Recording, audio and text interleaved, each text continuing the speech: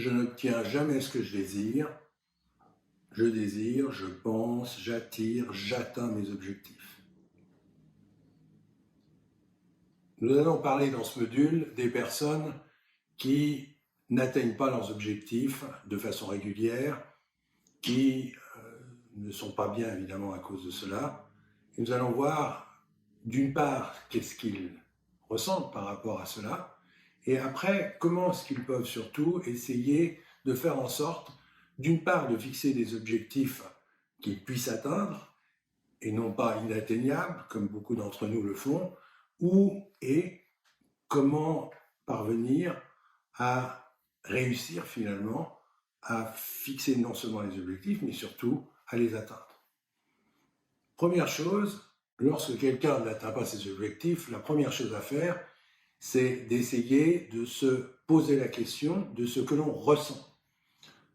En effet, beaucoup de personnes vont essayer d'échapper à cette étape qui est archi importante et capitale en disant non, mais moi j'aimerais connaître la méthode, la méthodologie qui va me permettre d'atteindre mes objectifs, d'être performant et de me surpasser, me dépasser. Il y a plein du reste de personnes qui vendent ce genre de méthodologie, mais à mes yeux, ce qui est le plus important, c'est avant tout de se poser la question de ce que nos échecs nous apprennent et comment est-ce qu'on peut apprendre de nos échecs. Donc, première chose que je poserai comme question à la personne qui me dit cette phrase « je n'atteins pas les objectifs », c'est de lui dire « mais qu'est-ce que vous ressentez ?» Et vous serez très impressionné par le fait que si vous vous posez cette question, vous allez répondre « bien, je suis nul, je suis totalement incapable de fixer ces objectifs, donc je suis incapable, je suis mauvais, j'ai pas assez de volonté, je suis pas assez résistant au labeur ». Bref, la personne va s'autocritiquer, se sous-estimer, s'accabler d'à peu près tous les noms d'oiseaux qui peuvent accompagner ce genre d'échec. Elle va être donc dans la critique, elle va être dans les jugements par rapport à elle-même, et elle ne va strictement pas répondre à la question qui a été posée, qu'est-ce que je ressens? Je vous rappelle, quand on demande à une personne qu'est-ce qu'elle ressent, la réponse est forcément une émotion, que ce soit la joie, que ce soit la tristesse ou que ce soit la colère. Ce ne sont pas des jugements. Du reste, est-ce que lorsque on répond toute la litanie dont j'ai parlé tout à l'heure, est-ce qu'on se sent détendu? Non, on est tendu, ce qui veut dire que c'est notre mental qui répond à notre place et non pas du tout nous-mêmes en parlant de ce que nous ressentons. Quand on est en train de se juger et de se critiquer de façon acerbe et absolument pas positive, eh bien on est en train d'utiliser notre mental, et notre mental, lui, il va nous faire répéter cela en boucle sans qu'on en retire une quelconque leçon. Donc, à la question « qu'est-ce que je ressens d'avoir échoué, de ne pas avoir atteint mon objectif ?» Eh bien, la réponse est évidente, c'est une colère. C'est peut-être aussi une tristesse. De nouveau, il faut faire attention, beaucoup de gens vont répondre à la tristesse parce que c'est une émotion acceptable par la société, mais en fait, derrière, il y a une frustration, il y a forcément de la colère. Déjà, de se donner le droit de reconnaître que l'on est en colère est déjà un pas en avant. Maintenant, est-ce suffisant? Bien entendu que non, parce que c'est pas parce que vous allez dire « je suis en colère, donc maintenant, allez hop, on va vite trouver une autre façon de faire », que vous allez aller mieux. Pourquoi? Parce que cette colère restant bloquée par ce mental, eh bien, va provoquer quoi? Elle va provoquer le fait que, au lieu de fixer de nouveaux objectifs pour soi-même, pour pouvoir les atteindre, on va être en réaction, parce qu'on reste dans cette colère bloquée, et la réaction, elle va nous amener à poser des objectifs qui vont de nouveau aller vers un échec. Donc, cette première étape de se dire qu'est-ce que je ressens de la colère et d'accepter qu'on a de la colère est vraiment importante.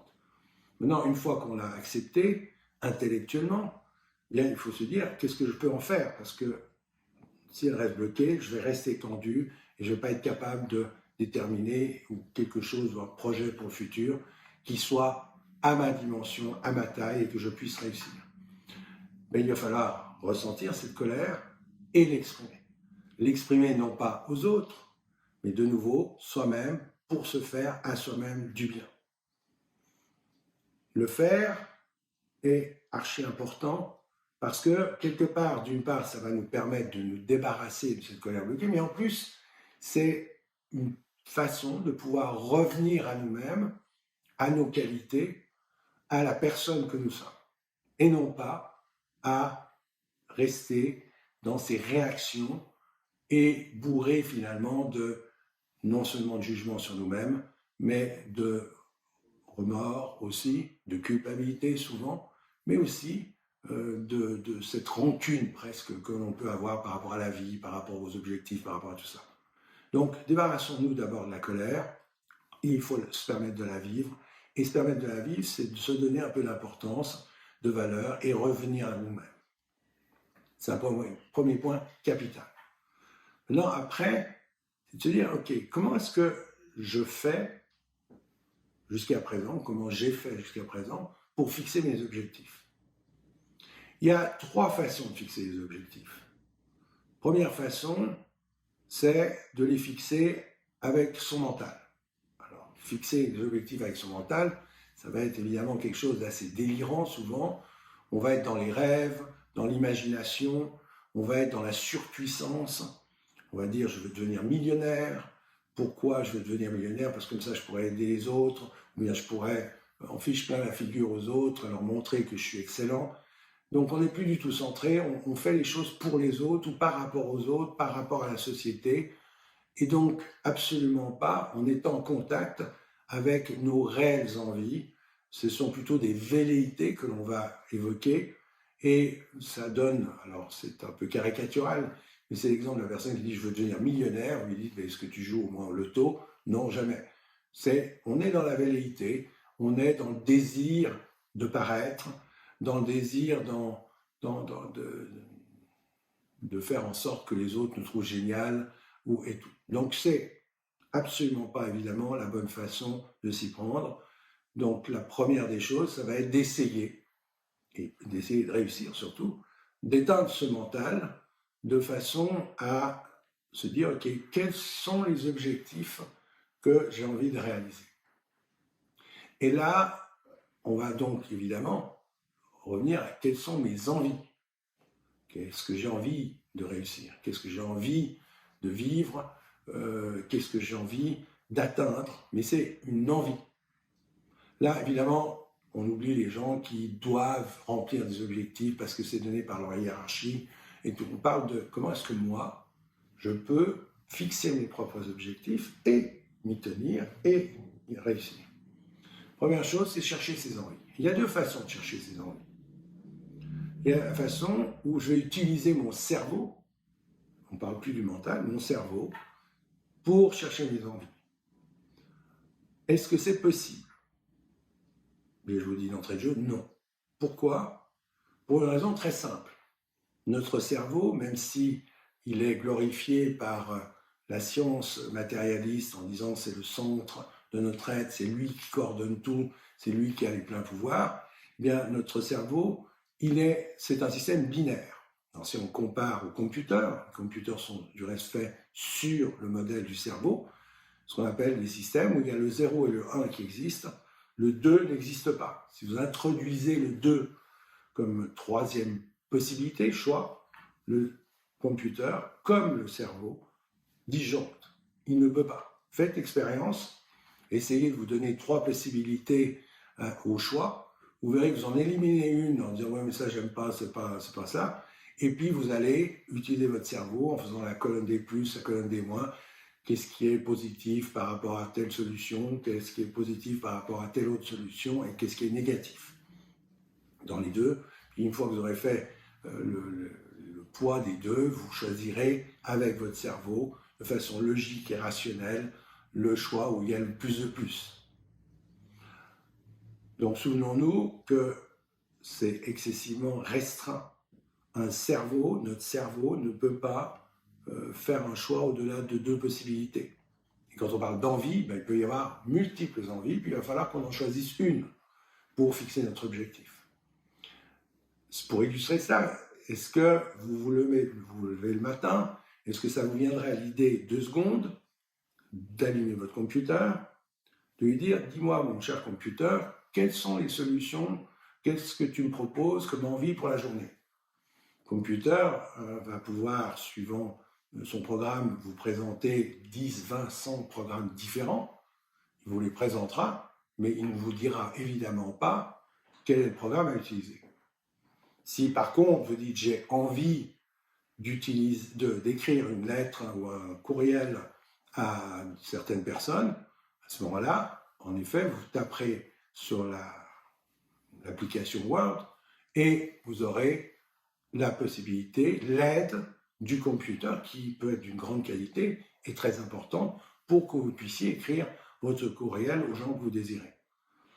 Donc, souvenons-nous que si on fixe un objectif avec notre cerveau, il y a de fortes chances, d'une part, que les possibilités que l'on choisit vont être excessivement restreintes, donc qu'on ne va pas aller réellement à ce que l'on désire, et à un grand succès, et qu'il y a forte chance aussi que ces possibilités étant tellement restreintes que finalement on soit un peu démotivé, que ça nous mène à ne pas atteindre nos objectifs.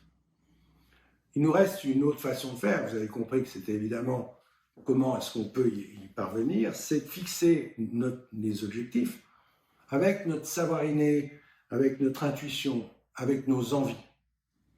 Et une envie, est-ce qu'elle vient du cerveau? Non. Elle vient de nos tripes, je dirais. Alors c'est pour opposer au cerveau, mais elle est là. Elle est à disposition, mais elle est à disposition, on est bien d'accord, qu'à partir du moment où on est dans le moment présent. Parce que c'est dans le moment présent qu'on va avoir une envie. J'ai envie maintenant d'aller faire un voyage ou d'accomplir telle et telle tâche qui va me permettre d'être heureux, d'être détendu et tout. Donc la première des choses, une fois qu'on a exprimé la colère par rapport à nos échecs précédents, c'est d'essayer de revenir dans le moment présent. Et là, on retrouve la méthodologie. On retrouve la définition de l'ego qui nous empêche d'être dans le moment présent. Il va falloir éteindre ce mental pour revenir dans le moment présent, pour revenir en contact avec nos désirs, nos envies. Ça paraît simple, c'est compliqué à faire parce que, bien entendu, que le mental va essayer de tout faire pour qu'on ne trouve pas ces envies, ou que l'on trouve des envies qui sont à son image. Bien, il va falloir éteindre, ça veut dire porter son attention à son corps physique, porter son attention à son corps sensoriel, de façon à retrouver qui l'on est avec nos envies.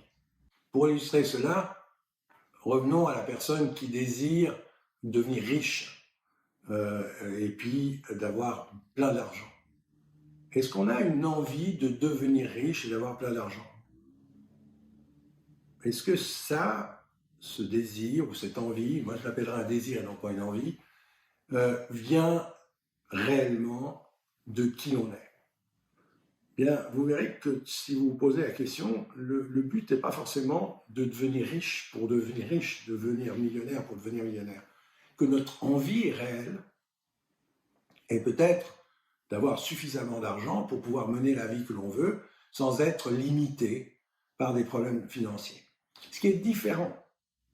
Si vous entendez bien, je veux devenir très riche pour me payer tout ce que je veux, et vous le remplacez par j'ai envie de vivre bien, de vivre le mieux possible sans problème financier, la formulation est différente, donc l'objectif va être différent. Et ça, c'est toute la richesse de cette approche où, lorsque l'on revient à soi-même et à ses vraies envies, eh bien, la formulation et donc l'objectif va changer. Dans le cas de l'argent, on revient à j'ai envie d'être bien, j'ai envie d'être heureux, j'ai envie d'être détendu. Et non pas fixer un objectif qui est de dire je dois devenir plus riche. C'est ce que font beaucoup de gens malheureusement, ils fixent des objectifs avec leur cerveau ou avec leur mental et du même coup ratent, échouent et sont frustrés. Ils recommencent à fixer des objectifs de nouveau avec leur cerveau ou leur mental et ça ne marche pas, ça ne peut pas marcher. Donc première des choses, comme on l'a dit, éteindre le mental pour retrouver ce que, au fond de nous-mêmes, eh bien, on a réellement envie de réussir ou dans quel domaine on a envie d'être performant, mais pas pour épater les autres, pour se faire du bien à soi-même. Et ça paraît peut-être une nuance à certains et certaines qui sont en train d'écouter, mais cette nuance est capitale. C'est de nouveau, est-ce que je fais les choses dans ma vie pour les autres, par rapport aux autres, par rapport à la société? Est-ce que je fixe des objectifs dans ce sens-là? Et la plupart du temps, ça sera un échec. Ou bien je fixe un objectif en partant de mes envies, c'est-à-dire de ma personne, de la personne que je suis, et du même coup, eh bien, je ne le fais pas en réaction ou en action pour, mais je le fais en action pour moi et non pas par rapport aux autres. C'est toute la force de l'approche Hodge, qui est non pas d'agir par rapport à l'extérieur, mais de chercher à l'intérieur de soi ce que l'on a envie de réussir de façon à pouvoir vivre heureux et détendu. On a tous cette capacité en nous. On a donc tous la capacité de fixer des objectifs qui ne sont pas démesurés, qui ne sont pas totalement à l'encontre de notre personne, mais qui au contraire vont coller à notre personne et qui par conséquent vont être parfaitement réalisables puisque absolument adaptés à toutes les qualités que nous avons.